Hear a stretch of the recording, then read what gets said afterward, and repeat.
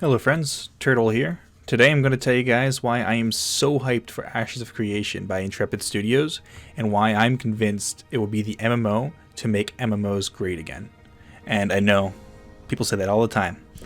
Every MMO, this is the one. This is going to be the one.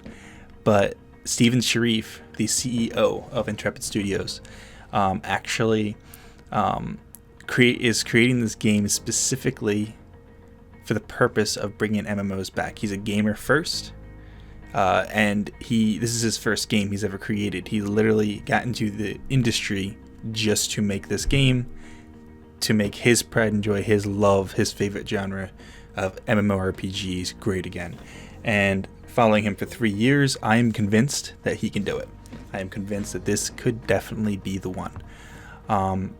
And I want to let you guys know why I am so excited for this game. I'm going to go over a few topics of it, a few things about it, and then you can tell me yourself what you think about it. So first of all, there's going to be 64 class combinations made up of 8 core classes. So there's going to be plenty of room for creativity, for different mix matching. You can either focus in on one class. You can be a fighter, or you can spread it out. You can be a fighter mage, become a spell sword. So there's a bunch of different combinations of classes, so you can definitely bring out that creativity. And the world isn't going to be bland or just like stale. It's not going to be this. Every server is not even going to be the same thing.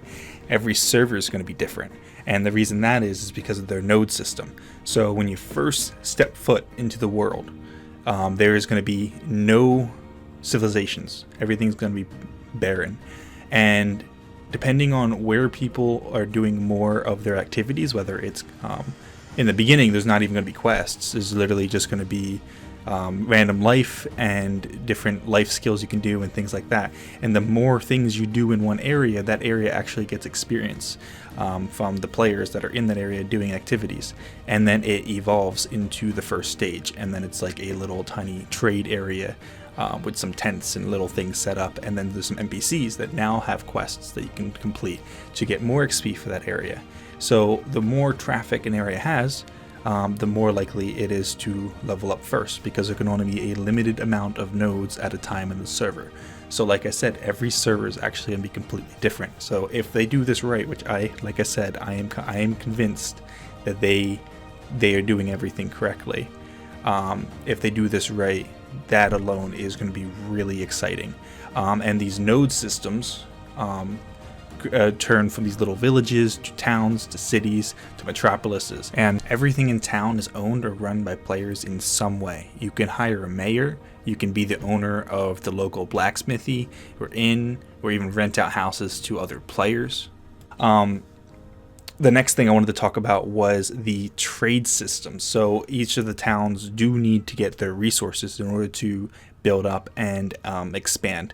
And in order to get these resources, they need to be traded in from caravans. So you can't just stick everything in your bag and walk across and put it in the town. No, you have to put it in a caravan, because you don't have enough space in your backpack to load up hundreds of logs of wood or whatever it is you're moving.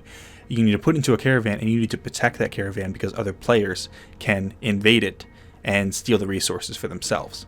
And everything is going to be PvP oriented when it comes to like the resources and the competition. Even the cities, the places that get built up, can actually get attacked by players, get destroyed, and then they can rebuild somewhere else. Like the people that destroyed it can rebuild it either there or into a different region, because like I said, there can only be a certain amount at one time in the server. So once you destroy one, it opens up possibilities to build up another one somewhere else or in the same location. There is going to be housing systems, and not only within the towns, and you can even rent apartments and things like that.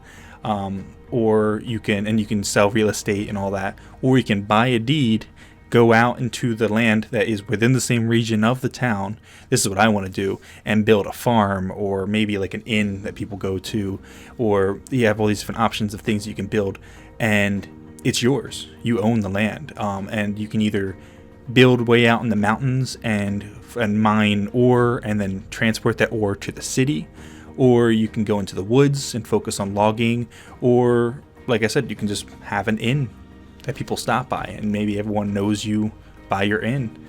You can create a name for yourself, which that's what MMOs are missing nowadays, the ability to create a name for yourself, for people to know you for a specific reason. A big part of the game is the actual journey. So it's not just, oh, who can get to end game first, and then once you're end game, that's when the game starts. No, they're doing a big emphasis on the leveling process. Take your time, enjoy the leveling process. It's going to be slow and steady. The vibe they give me is closer to classic WoW. You're going to have adventures. You're going to have stories to tell. In Ashes of Creation, it sounds like that's going to be like it's going to be like that, like amped up like 100 times, because there's going to be so much more technology implemented in this game versus what classic WoW had. And I'm really excited for the journey of the game being exciting, not just, oh, I have to grind the quest until I hit max level, now I can start playing the game. So I'm really excited for that. Life skilling is obviously going to be like fishing and like husbandry and logging and mining. There's going to be a bunch of different life skills in the game that you can focus on, and you can become known for that as well. They're making it so you have to make decisions, so you have to focus in on things, whether it's certain skills within your class, or like if you wanted to be like an expert in one class, you can double up on one class. And with life skills as well, you can be like an expert, kind of like Arcade, where you can focus in on a number of life skills instead of being everything the same equally. You have to pick what you want to be the best at. Now, what I personally want to do in Ashes of Creation, like my story, I want to find an area that I think is quite beautiful. I want to build a plot of land with my wife, and I want to start either a farm or an inn. I think an inn would be really cool.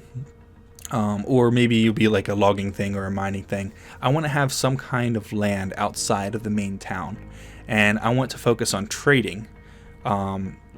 Unless I end up doing the inn. If I end up doing the inn, I would just obviously want to try to get the popularity of my inn, so a lot of traffic comes into it, and people know me and whatnot before they go out on their adventures. They can stop in and get an ale or whatever. I think that'd be super cool.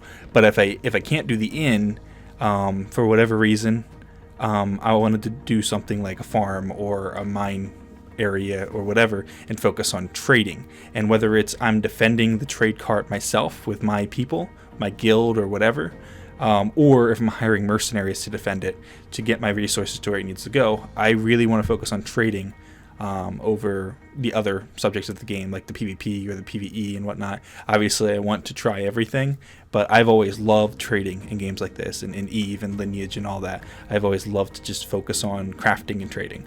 I want to be a dwarf, and if I can, I would love to be like a fighter mage. In as of right now, it's called a spell sword.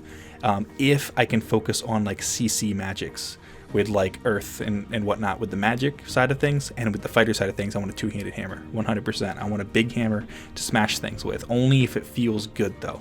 I don't want to feel like I'm smacking someone with a wet noodle, like I'm in a pool, like using one of those noodles that you play with when you're having a pool party. I don't want to feel like that. As long as the hammers have some oomph to it, I want to use a two-handed hammer, earth magic for CC, and get in there. If I can't do that, if the earth magic's not really a good option, it doesn't work out, I'm just gonna go straight on fighter, like a fighter tank. Definitely wanted to go for the dwarf. They're actually going to have humans, elves, orcs, and dwarves, and for each race they're going to have two different versions of them. So I'll put up an image here that kind of explains what each one does. You guys can look more into that. Like for an example, with dwarves, you can either be like a mountain dwarf, like I would want to be, or you can be a Nakua, which is more like a tribal thing that's like in like a Hawaii vibe, which is really cool, like off of a beach instead of in the mountains. So they have different versions of each of these races, and yeah, that basically covers everything I wanted to talk about as of now. Let me know what you guys think in the comments. I'll definitely be continuing to cover this game as more information comes out. They just now started releasing more and more gameplay content of the game. It's still in like way early alpha stages, but they're showing some nice gameplay content, which is really nice.